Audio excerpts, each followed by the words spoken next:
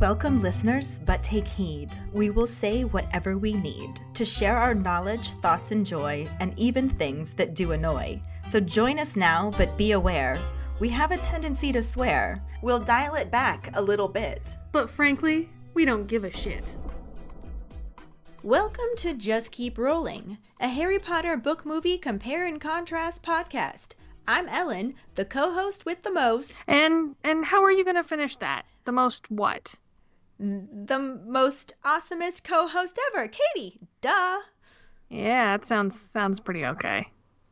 And we'll go right into the rolling rehash. Last week we discussed Chapter 6, Gilderoy Lockhart, and the corresponding film scenes. Just like a pervy gardener, Professor Sprout is dirty. Just like Clarissa, Hermione explains it all. Just like an overexcited labradoodle, Colin spazzes over Harry. Just like a toddler, Lockhart wants all of the attention. Just like a prayer, the Cornish pixies will take you there, as long as there is the top of a chandelier. And just like Millhouse, Longbottom is hoping that everything comes up Neville this year. But alas, he ends up wondering, why is it always me? During episode 24, Lockhartception, our Potter pondering was, can thestral skeletons be seen by those who haven't seen death? Carly initially says that she thinks that the magic goes completely through them. It is part of their being, so even in death they can't be seen by those who haven't seen death. Then she comes back and says that it is interesting to think about. When a wizard dies, all the spells that they have currently placed on stuff dies with them. So would the magic of the thestral die with it? Dominic doesn't think so, since it was never specified that their life force is what kept them invisible. If anything, their entire existence would be unknown if not for tragedy. He says that he thinks they exist as the world's explanation, that beauty can be found in hardship, so in hardship they can be seen. Wow, that's really deep. Right? I like it. Kristen posted the mind-blown emoji. Speaking of mind-blowing, Dave actually posted his own pondering. He had a great question, asking if dead wizards who couldn't see thestrals when they were alive would be able to see them when they are dead. Like if the house ghost couldn't see a thestral when they were living, would they be able to see them once they died, you mean? Yeah, and I'm inclined to think that they would be able to, because how much closer to death can you get? However, we do later learn that witches and wizards become ghosts because they aren't really willing to accept death and therefore move on. So would the very nature that makes them a ghost also prevent them from properly processing death and consequently not allow them to see thestrals? Maybe? I think it would depend on how they die. A severely traumatic death could be enough to make them see death so they see thestrals, but not want to let go of life so they become a ghost. But then if they died in their sleep or something where they don't realize when they die, it wouldn't have enough of an effect to make them see the thestrals. I could see that. So someone like the Bloody Baron could probably see thestrals since he killed himself and became a ghost as penance for his actions. But then someone like Professor Binns, who likely still doesn't even know he is a ghost, wouldn't be able to. Exactly. That was a really good Potter pondering, Dave. Right?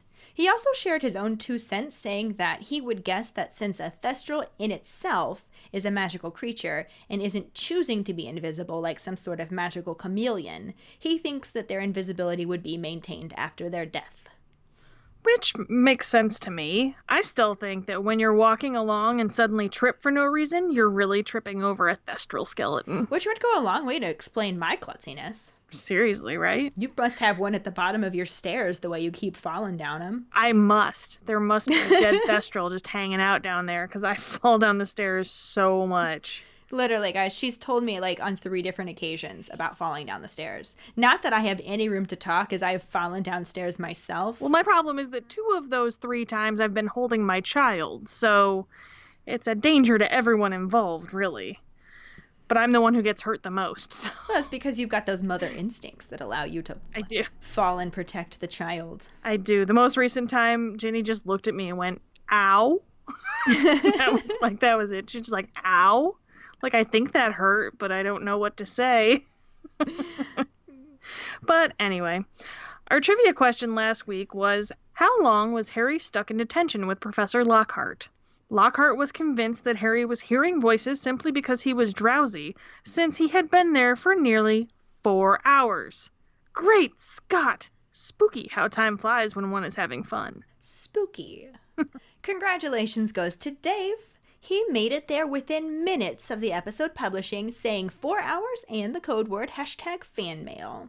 Once again, Carly was right on the heels of the winner, but said she was delayed because Podbean wouldn't load the episode. I actually noticed that too on my end. Even after it eventually posted, I could access the episode, but it was taking forever to download when it normally downloads instantaneously. Not that you need to download them to play them, but they do tend to run smoother than if you stream them. Plus, Podbean lets us track our downloads, and it's really satisfying to watch that number grow. It really is. Please download us.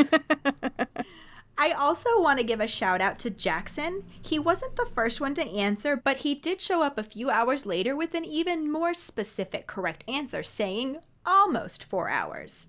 Because Lockhart does say it's been nearly 4 hours, not 4 hours on the nose. Right, well, we will of course accept 4 hours, so still good job, Dave. But nice work to Jackson, too, for being more precise with his answer. It's totally something I would do, so I approve. Not would do. You have done that. Like, a lot. I mean, you're not wrong. I can't even argue that. Sure can't. So let's just keep rolling into Chapter 7, Mudbloods and Murmurs, and the corresponding film scenes. Chapter 7, Mudbloods and Murmurs. Over the next several days, Harry spends a lot of time trying to avoid Lockhart and Colin Creevey. On Friday morning, Ron's wand is still malfunctioning and even strikes Professor Flitwick between the eyes, causing a large green boil to appear. So Harry is really glad when they reach the weekend. The trio is planning on visiting Hagrid Saturday morning, but he is instead awoken much earlier than he wants by Oliver Wood, who is insisting on starting their new training regime bright and early. He gets dressed, leaves a note for Ron, and heads out to the Quidditch pitch, running into Colin Creevey along the way. Colin has the developed photo, and Harry is pleased to see his photographic self putting up a fight, refusing to be dragged into view. Colin asks Harry to sign it, and he says no, saying he needs to get to Quidditch practice. Colin insists on following him to watch and babbles the entire way there. Harry resigns himself to explain the rules of Quidditch and only manages to shake him when he arrives at the changing rooms. The rest of the team is already there, though mostly still asleep. Wood holds up a large diagram of a Quidditch pitch and drones on and on about his new tactics. When he finally finishes and asks for questions, George wants to know why he didn't tell them all of this yesterday when they were still awake. Wood begins lecturing them about how they should have won last year, but didn't due to circumstances outside their control. So he wants them to train harder than before. He leads them outside to finally start practicing, and Harry sees Ron and Hermione sitting in the stands, and they're surprised that they aren't finished yet. Practice finally officially starts, and they soon notice Colin in the stands clicking away on his camera. Wood is worried that he's a Slytherin spy, but Harry says he is in Gryffindor, and George says that Slytherin doesn't need a spy because they're there in person. Wood angrily tells the Slytherins that they need to leave because he booked the pitch for the day, and Flint produces a special note from Professor Snape giving them permission to use the pitch to train their new seeker, Draco Malfoy.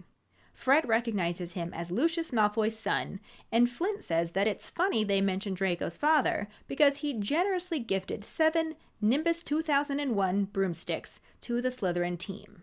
Ron and Hermione walk over to see what's going on and find out about the brooms too.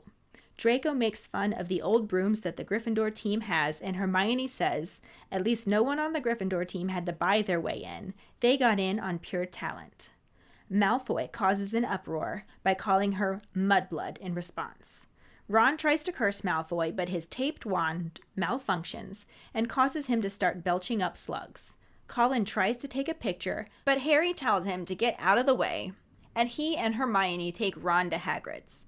As they arrive, Professor Lockhart is exiting Hagrid's hut, and the three of them hide to avoid him. Once he is out of sight, they knock on Hagrid's door. He answers, initially looking grumpy, but brightens once he sees it's the trio, and says he was worried it was Lockhart coming back. He sits Ron down and gives him a large copper basin, saying better out than in. Harry asks Hagrid what Lockhart wanted, and Hagrid says he was trying to tell him how to get kelpies out of a well and going on about a banshee he banished, and adding that he didn't think it was true. Hermione comes to Lockhart's defense, saying that Dumbledore thought he was the best man for the job. Hagrid reveals that he was the only man. No one wants the job because they are starting to think it's jinxed. He changes the subject by asking who Ron was trying to curse. Harry says that Malfoy called Hermione something bad, and Ron confirms that it was bad. He called her a mudblood. Hagrid looks to Hermione and she says that he did, but she didn't know what it means.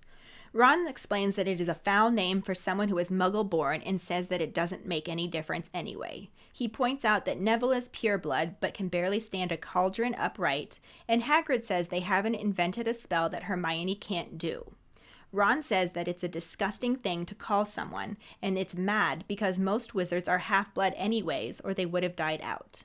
Hagrid tells Ron that he understands why he tried to curse Malfoy, but it's probably a good thing his wand backfired, or Lucius Malfoy would have come up to the school, and at least he's not in trouble. He changes the subject again to say he heard Harry's been giving out signed photos, and jokes about how he hasn't gotten one yet. He then takes them to see the pumpkins he's growing for the Halloween feast, with the help of his pink umbrella, that Harry suspects houses his old wand. Hagrid isn't supposed to do magic because he was expelled from Hogwarts during his 3rd year, but Harry doesn't know why. They talk about how Hagrid used an engorgement charm on them, and how Ginny had been around and Hagrid thinks she was hoping to run into Harry. Then the trio head back to the school to eat, and Professor McGonagall finds them and tells them they will do their detentions that evening. Ron will be polishing the silver in the trophy room, and Harry will be helping Professor Lockhart answer his fan mail at 8 o'clock sharp. Both of them felt like they got the worst deal. At 5 to 8, Harry heads to Lockhart's office and is put to addressing envelopes. As he works, Lockhart talks about his fans, and Harry hears the occasional phrase like, "Fame's a fickle friend, Harry," and "Celebrity is as celebrity does, remember that." The candles are burning lower, and his hand is starting to ache when he hears a disembodied whisper say, "Come, come to me, let me rip you, let me tear you, let me kill you." He jumps and says, "What?" and asks Lockhart about the voice. Lockhart has no idea what Harry is talking about and assumes he must just be getting drowsy, since he's been there nearly 4 hours. Harry gets to leave and heads straight back to the Gryffindor common room. Ron isn't back yet, so he gets ready for bed and waits. A half hour later, Ron returns, complaining about his muscles seizing up and describing the slug attack he had all over a special award for services to the school. He asks Harry how it was with Lockhart, and Harry tells him about the voice, and they can't figure out what it could have been. The movie starts out overlooking the lake and the castle, then transitions to the Gryffindor Quidditch team walking out to the Quidditch pitch as Oliver Wood describes his new training regime. As they walk into the courtyard, they run into the Slytherin team, also dressed to practice, and Wood confronts Marcus Flint, letting him know that he booked the pitch for Gryffindor that day. Hermione and Ron walk over to see what is going on, and Flint says he has a note and hands it to Wood. It says they have permission to practice that day to train their new Seeker. Harry is surprised to learn that Draco Malfoy is the new Seeker, and everyone is surprised to see that the whole Slytherin team has new Nimbus 2001 brooms. Ron wants to know how they got them, and Flint tells him they were a gift from Draco's father. Malfoy uses this as an opportunity to make a dig at Ron's family for being poor, and Hermione says at least no one on the Gryffindor team had to buy their way in. They got in on pure talent. Malfoy retaliates by calling her a filthy little mudblood, and Ron tries to curse him, saying, "Eat slugs." Instead, his taped-up wand backfires and he is thrown backward onto the ground, where he starts spewing up slugs. Colin Creevey tries to take a picture, but Harry tells him to get out of the way. He and Hermione take Ron to Hagrid's, where Hagrid gives him a bucket and tells him better out than in. He just has to sit and wait for it to stop. Hagrid asks who Ron was trying to curse, and Harry explained what Malfoy called Hermione, but he didn't really understand why it was so bad. Hermione tells Hagrid that he called her a mudblood, and explains to Harry that it means dirty blood, and is a really foul name to call someone who is Muggle-born. Hagrid tells Harry that there are some wizards like the Malfoy family who think they are better than everyone else because they are pure-blooded. Harry calls that horrible, and Ron calls it disgusting as he pukes a slug into the bucket. And Hagrid goes on to say that it is Codswallop, and there isn't a wizard alive that's not half-blood or less, and they've yet to think of a spell that Hermione can't do. He tells Hermione not to think on it and gets a little smile out of her. The scene transitions to Harry sitting with Professor Lockhart, helping him answer his fan mail. As Lockhart signs photos and shares gems with Harry, such as "Fame is a fickle friend" and "Celebrity is as celebrity does," Harry hears a disembodied whisper saying, "Come to me." He asks, "What?" And it becomes very clear that Lockhart did not hear the voice too. He concludes that Harry must be getting a bit drowsy and reveals that they had been there for nearly 4 hours, saying, "Spooky how the time flies when having fun." Harry looks around and responds, "Spooky." This section lines the order of events back up fairly well, though it does leave parts out to streamline it for the film. The book starts out summarizing the rest of their first week of school to give the readers a feel for just how rough of a start it was. Harry has to keep hiding to avoid Lockhart and Colin Creevey, though he does have a harder time avoiding Colin since they're in the same house. And then Ron is still struggling with his wand and even hits Professor Flitwick between the eyes with it, causing a large green boil to appear. So that's cool. Yeah, I can't imagine that going over very well. Yeah, they didn't really get into any other detail about it, just used it as some color to illustrate the week they'd been having. But it probably didn't go over well. Harry was so glad to make it to the weekend, and the trio was planning on visiting Hagrid until Oliver Wood wakes him up at the crack of dawn for Quidditch practice. This is basically where the movie scene starts in, though we don't see Oliver Wood waking Harry. It just starts right in on the team walking out to the Quidditch pitch, and Wood is describing his new training regime. Oh, Oliver Wood. How we've missed you. Oliver Wood. That's what I said. Mm-hmm. But yeah, he's going on about the new regime, and I gotta say, I'd train earlier, harder, and longer with Wood. Who wouldn't? Get it? Wouldn't? Yeah. Anyway, they make it into the courtyard and run into the Slytherins, also dressed for Quidditch practice. This is quite different from how they had it in the book. For one thing, Harry runs into Colin Creevey on his walk down to the Quidditch pitch. And Colin has the picture that he took of Harry and Lockhart together, and then Picture Lockhart is trying to pull Picture Harry into view, and that little touch always cracks me up. Yeah. Obviously, the movie couldn't include that since they didn't have Lockhart pose in the picture with Harry, though. Yeah, which I get why. It gave movie Lockhart a much better debut as their teacher. For sure. But Harry, feeling like Colin is a very talkative shadow, resigns himself to explaining the rules of Quidditch to him, and then manages to get away from him when he gets to the changing room. Colin says he will go get a good seat and heads to the bleachers, so he doesn't really get rid of him. Mm-hmm. Then we see Oliver Wood's long-winded speech, because in the book, it happens in the changing rooms, with charts and everything, and the Gryffindor Quidditch team basically sleeps through it. When he asks for any questions, George asks, "Why couldn't you have told us all of this yesterday when we were still awake?" And Wood was not happy about that. I totally understand why the movie streamlined it the way they did, but I just would have loved to have seen Oliver Wood's intensity and his charts. Like, honest to God. It goes back to when we first talked about Sean Biggerstaff and how we would have loved to have seen him be more fanatical about Quidditch. I agree, and I'm sure Diana does as well. Right? None of us would have been upset with more on-screen Wood. That's dirty. But after George's snarky question, Wood begins ranting about how they have the best Quidditch team and should have won last year, and then they finally make it out to the Quidditch pitch to practice. They see Colin out there taking pictures, and Wood worries that he's a Slytherin spy. But George says they don't need a spy since they've just shown up in person.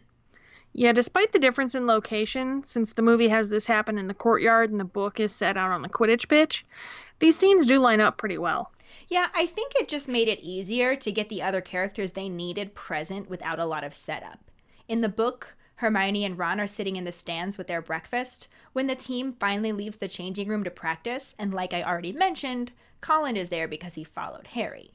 And in the movie, they just had them hanging out in the courtyard so they could join in the confrontation between the Gryffindor and Slytherin Quidditch players. Yep, and obviously in both, Oliver Wood is quite angry because he booked the pitch for the day and didn't want the Slytherins on it. And in both, Marcus Flint presents a note from Professor Snape giving the Slytherins permission to practice in order to train their new Seeker.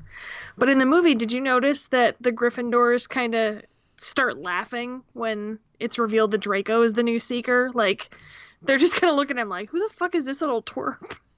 Right. Like, I don't think he's going to be a good Seeker, but... Not worried. In the book, Fred recognizes Draco as Lucius Malfoy's son, and Flint says, "Funny you should mention Draco's father." And then everyone shows off the Nimbus 2001 brooms that Lucius bought them. Mm-hmm. Yeah, the movie does it a little bit differently. They notice the fancy schmancy brooms that match the Slytherin colors perfectly, and Ron wants to know where they got them, and Marcus Flint calls them a gift from Draco's father. And this is when Malfoy mentions that his father can afford the best and bought them. The brooms really do match them perfectly. Do you think they make them in different colors? Like Converse sneakers? That's possible. That's kind of cool, actually. It seems like a very sports team thing to be able to do. Like professional sports teams should be able to do that, I guess. Anyway, both the book and the movie have Malfoy insulting the Weasleys for being poor, though the book focused a little bit more on making fun of the whole Gryffindor team rather than specifically the Weasleys. Malfoy was making fun of Fred and George's old clean sweeps, suggesting they could raffle them off to raise money to buy new brooms, saying a museum would probably bid for them. But regardless of how they got there, in both, Hermione steps in with some sass. At least no one on the Gryffindor team had to buy their way in. They got in on pure talent.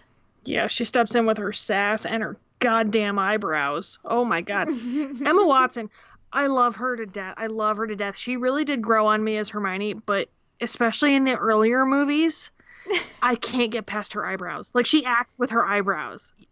You think I'm crazy because you never noticed this, but... I mean, I noticed it. It just didn't bother me as much as it bothers you. It bothers me. Oh, it bothers me so much. They're like epileptic caterpillars hanging out over her eyes. Like, oh my god. All of her acting, all of her emotion is in her goddamn eyebrows, and I can't... Yeah, I've held this back for a really long time. Can you notice? Like, let's just keep rolling. But eyebrows. Fine. Yeah, crazy eyebrows or not, Hermione's sass is on point. And Malfoy has no other recourse than to access his Nazi von douchebag the second powers and call her a mudblood. The book describes a huge reaction to his choice of words. Yeah. Fred and George try to tackle him, but Flint blocks their way. Alicia Spinnet screams, "How dare you!" And Ron yells, "You'll pay for that one, Malfoy." The movie understates this scene so much, though. Like, the people around look shocked, but the only real reaction is Ron pulling out his wand and saying, "Eat slugs!" Which we talked about last week, how he said that as an insult or a threat to Malfoy in the book, not necessarily as a curse. Mm-hmm. It was a fun little bit of foreshadowing. But despite Ron's actual lines being different, because he said, "You'll pay for that," and pulls out his wand, not eat slugs. Yeah. But the outcome ended up being exactly the same. Yeah. Curse backfires and Ron ends up on his ass spewing up slugs. Yeah, the movie definitely had him spewing them, and I actually found it a little bit difficult to watch. The book describes it more as belching up slugs. I don't know how you do that, though. Like, how would you burp up slugs? It's a Technicolor yawn. Ew, that's even worse. That's what my brother always says. Oh my god. Anyway, in both, Harry and Hermione take him to Hagrid's, and Harry has to tell Colin to get out of the way because he wants to take a picture of the Ruddy Regurgitating Ron.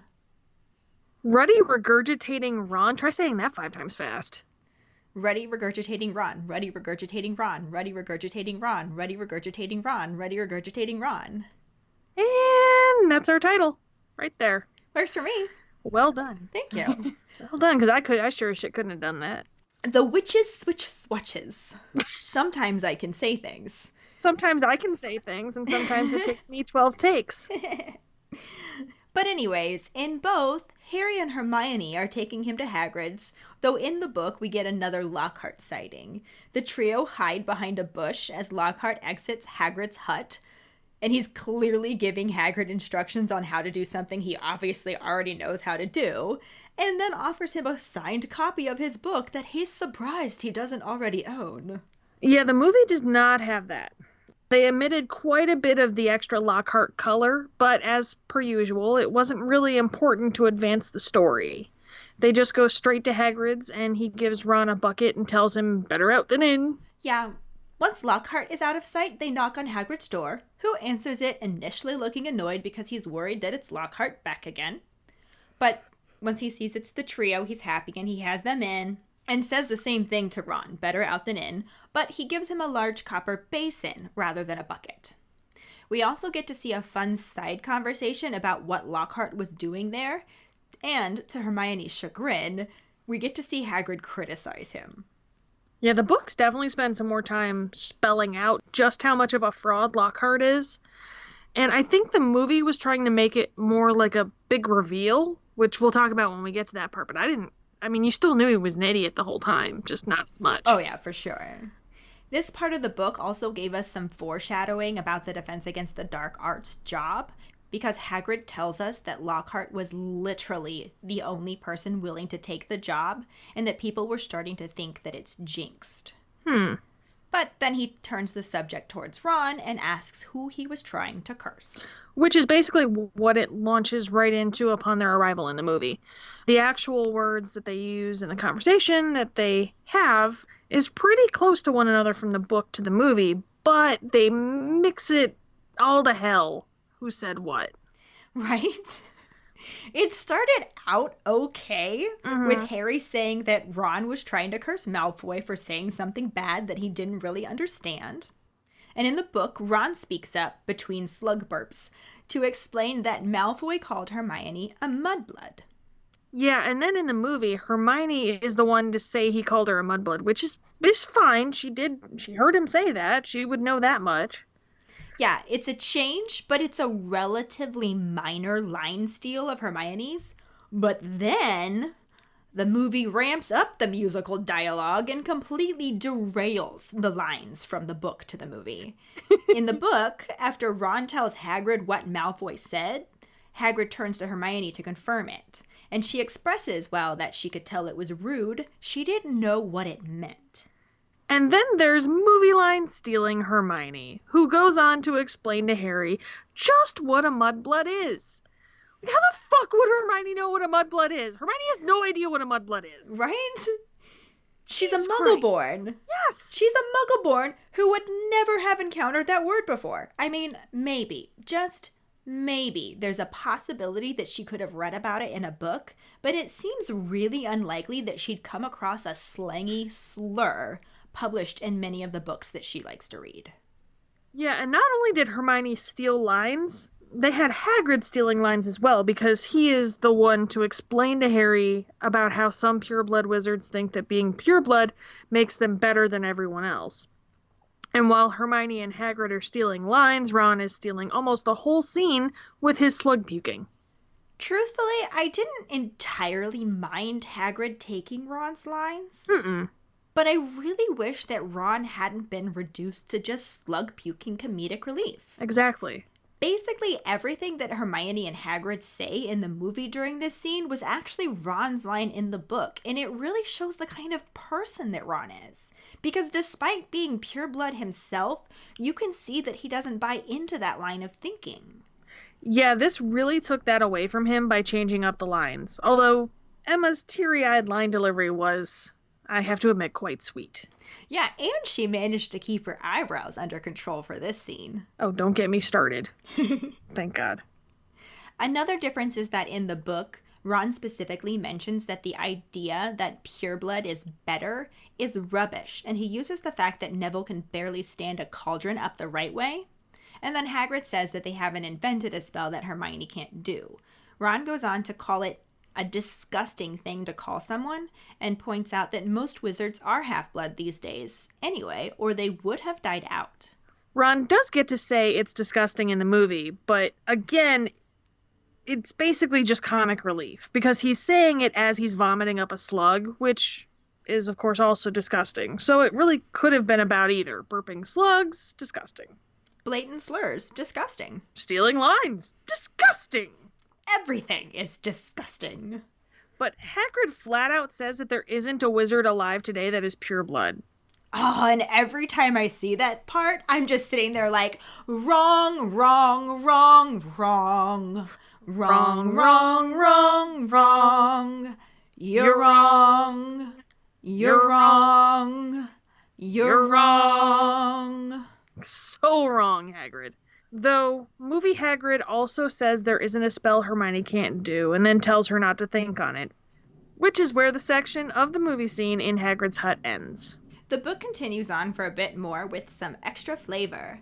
Hagrid says he doesn't blame Ron for trying to curse him, but it was probably good that he didn't succeed, or Lucius would have shown up and he'd be in trouble.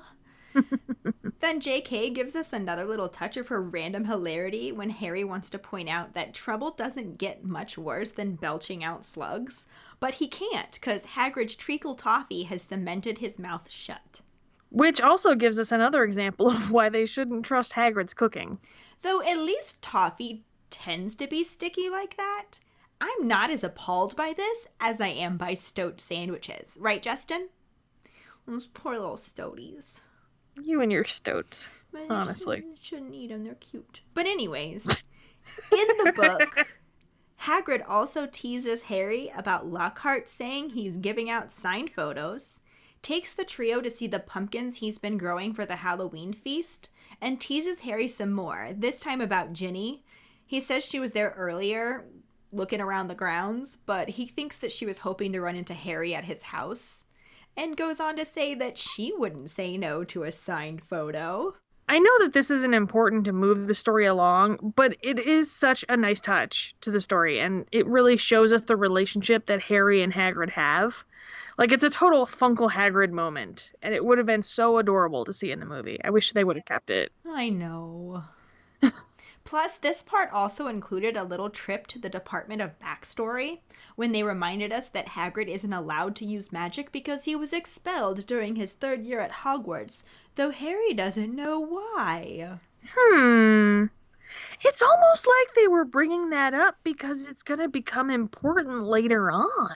Dun dun dun. What? But after that, the book scene in Hagrid's hut finally ends, and they head to the Great Hall to get lunch, but are intercepted by Professor McGonagall in the entrance hall with information about the detentions they will serve at 8 p.m. that night. Ron will be polishing the silver in the trophy room with Mr. Filch, and Harry will be helping Professor Lockhart answer fan mail, and they both feel like they got the worst deal. Yeah, the movie just transitions right from Hagrid's hut straight to Harry in his detention with Lockhart. And as Lockhart signs photos of himself, he tells Harry that fame is a fickle friend and celebrity is as celebrity does. Did Lockhart just bastardize a Forrest Gump quote? Seriously? Like, stupid is as stupid does. Yeah, pretty much. Celebrity is as celebrity does. Now I'm only going to hear that in Forrest Gump's voice. Now I'm only going to hear Forrest Gump say his line in Lockhart's voice. After all, stupid is as stupid does. Yeah, pretty much. Though, in the book, Lockhart said these exact phrases as well. It always bothered me how the movie scene structured this part, because in the book, these were just a couple examples of the things Lockhart was saying to Harry throughout the whole detention. Harry was just addressing envelopes and mostly ignoring what was coming out of his mouth, and he just happened to catch those few phrases. Yeah, the movie did set it up as though those were just the only things that he said. Obviously, streamlining to save time, I'm sure. But other than that, they were pretty similar. Yeah, the only other difference was that when Harry heard the creepy disembodied whisper, the book version was way darker. It said, come to me, let me rip you. I'm trying to do a creepy disembodied whisper and it's not easy. How's that going for you? It said, come to me. Stop laughing at me. I'm sorry. I really didn't can't mean do to. a creepy whisper.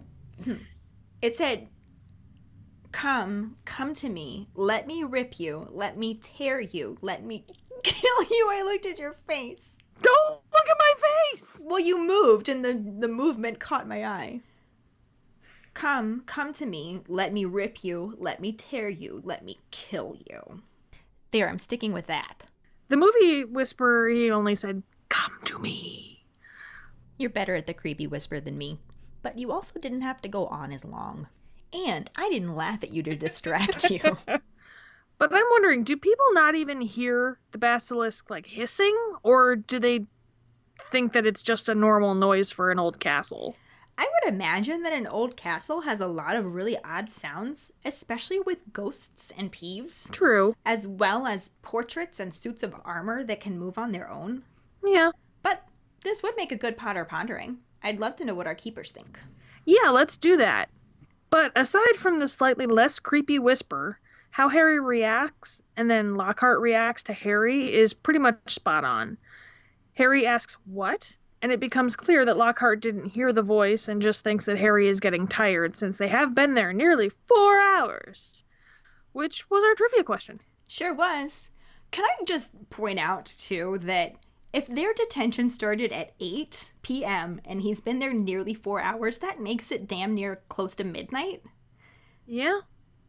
Like, why is it that they're allowed to be out of bed for punishments? It makes no sense whatsoever. Never thought about that, but yeah, you're right. Moving on. The only real difference here is that in the book, when Harry says what, Lockhart thinks it's in response to his ramblings and says, I know! 6 solid months at the top of the bestseller list! Broke all records! And it's just another example of how useless and clueless he is, and it just cracks me up. Yeah, the book really does hammer it in hard, too. In the movie, he says, spooky how time flies when one's having fun.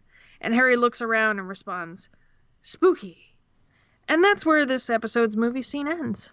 The book just barely goes beyond this part, but it does show us Harry heading back to his common room and waiting up for Ron to get back to tell him what happened. We also get a subtle bit of foreshadowing when Ron mentions he had another slug attack all over an award for services to the school. Though the first time I read this, I had no idea that meant anything.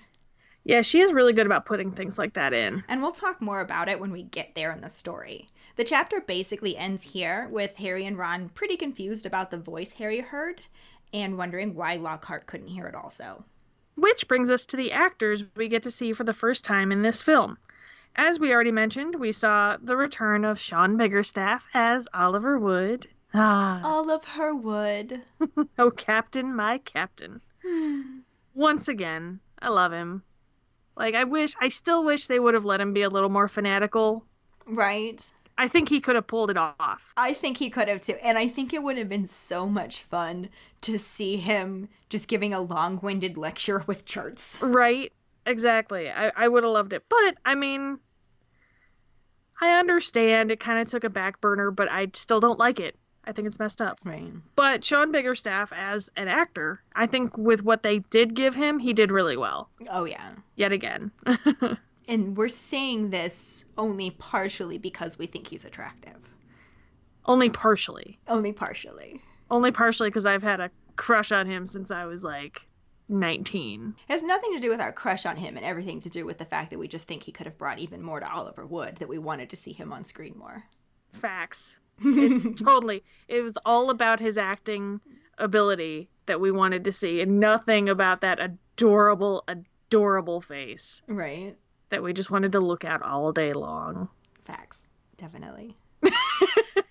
We also saw the return of Jamie Yates as Marcus Flint, even though his performance was completely overshadowed by his teeth. Yeah. That is all that I could see. Right. When I looked at him. Very true. Didn't matter what he was doing, didn't matter what he was saying. Only thing happening in my head was going, teeth. In the book, they do mention that he might be part, troll or something like that, and that's why his teeth are all crazy and everything. But honestly, I think it was just they were just trying to make him less attractive, and that's the only way they could do it. Because Yeah, without those teeth, he was nice to look at. he's a pretty dude. Like he's a very pretty dude, but he also plays an asshole very well. Yeah, he definitely had that snotty bully thing going on for him. And that's really who Marcus Flint was. Like, that's what made him a good Slytherin captain. No offense to Slytherins, but I'm letting it go. That was the way they were portrayed in the book, predominantly as bullies. Yeah. And, like, if you made it to be the captain of a sports team, you're probably going to be among the top of those bullies. Right, so, yeah, you're gonna be the dick. You're gonna have the Captain Dick. What? Captain Dick. Captain Dick. Marcus Dick. So it worked out. It worked out well. He played it well. He reminded me of asshole jocks that I went to high school with. You know what I mean? Like, that's with what really bad teeth, but yeah. Yeah. Because that's all, like, teeth. Yeah. It's definitely teeth. So much with the teeth. Teeth were so bad. And, of course, there were other actors throughout the scene, but most of them we already saw, or they didn't have any lines, so we're not... Right. You had the rest of the people on the Gryffindor Quidditch team and the Slytherin Quidditch team, and, you know, they had screen time. Like, you got to see all of their reactions to everything, like the snottily showing off their brooms or the slightly shocked expressions on their face that I still say slightly since it was so underplayed from what the book had. I would have liked to see Alicia Spinnet have the chance to, like, how dare you? Yeah. They were more shocked when the slug thing backfired on them. They were more shocked when he went flying. Right. Which was funnier, so that's probably why they put the focus on that. Yeah, but at the same time, if you're trying to show how bad a word is to call someone, like, if you're trying to show that, I feel like that's where you should put the emphasis. But again, that's just them turning Ron into the comedic relief, so... Right. And that'll bring us to our Potter Pondering, which is, when Harry hears and understands the basilisk, do people not hear it hissing, or do they just think that it's a normal noise for an old castle? Yeah, so we'll post this up on our Facebook page and our Twitter, and you guys can let us know what you think. That'll bring us to this week's Sorting Hat story, which is from Laura Whittus. She writes... I'm a Ravenclaw, and my wand is a cypress wand with a unicorn hair core 8 inches long. My Patronus is a Saint Bernard, which is my dream dog. That's cute, but they're very drooly.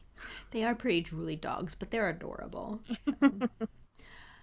I first started reading the book at school, and by the time the first film came out, I was working at W.H. Smith's books. I was asked to dress as Hermione, and my now husband dressed as Harry Potter. And it just went from there to queuing at midnight for the books and now to having an influence of Harry Potter in every room of our house. It's also been a lovely way for me and my daughter to really bond over something special. Aw, that's so cute. Right? And if you saw the picture that I posted on our Instagram and Facebook, it's Laura's daughter, Sophie, that I made the Hogwarts acceptance letter for, since her birthday plans got canceled due to COVID-19. Aww. They live in the UK, so I really hope it arrives in time. Me too. I love that she's bonding with her daughter over Harry Potter. Like, I want that to be me and Ginny one day. Thank you so much for sharing your story with us, Laura. Yes, thank you. It's such a cute story. I love that you and your now husband dressed up as characters together. It must have been such a great bonding experience. And if any of you other keepers out there listening would like us to read your Sorting Hat story on a future episode, you can email it to us at justkeeprolling@gmail.com. Let us know your house, your wand, which is the wood, the core, and the length, how you got into Harry Potter, and anything else that you might want to share with us. Please do. And that'll bring us to this week's trivia question, which is, how many times was nearly headless Nick hit in the neck with a blunt axe? The prize for the first one who responds with a correct answer and the code word #properly decapitated will get a bitch is a witch, motherfucker's a wizard, a just keep rolling, or a pride sticker. Another way to get a sticker is to rate and review us. If you are an Apple person, you can do it through the Apple Podcast or iTunes app. If you don't have Apple, you can write a recommendation on our Facebook page. Then email us at justkeeprolling@gmail.com to let us know you did, and we will get back to you to figure out which sticker you want and where to send it. And don't forget to find us and follow us on Facebook at JKR Podcast and Twitter and Instagram at Just Keep Rolling. Following us on Podbean at justkeeprolling.podbean.com will get you the episode as early as possible and give you a leg up in answering the trivia question. If you would like to support us as a patron for extra perks, you can go to patreon.com/justkeeprolling. As always, any support you can give is greatly appreciated. And join us next week when we talk about Chapter 8, the Death Day Party and the corresponding film scenes. Thanks for listening. We hope you hear us again. I'm Katie. I'm Ellen. Until the next time, just keep rolling.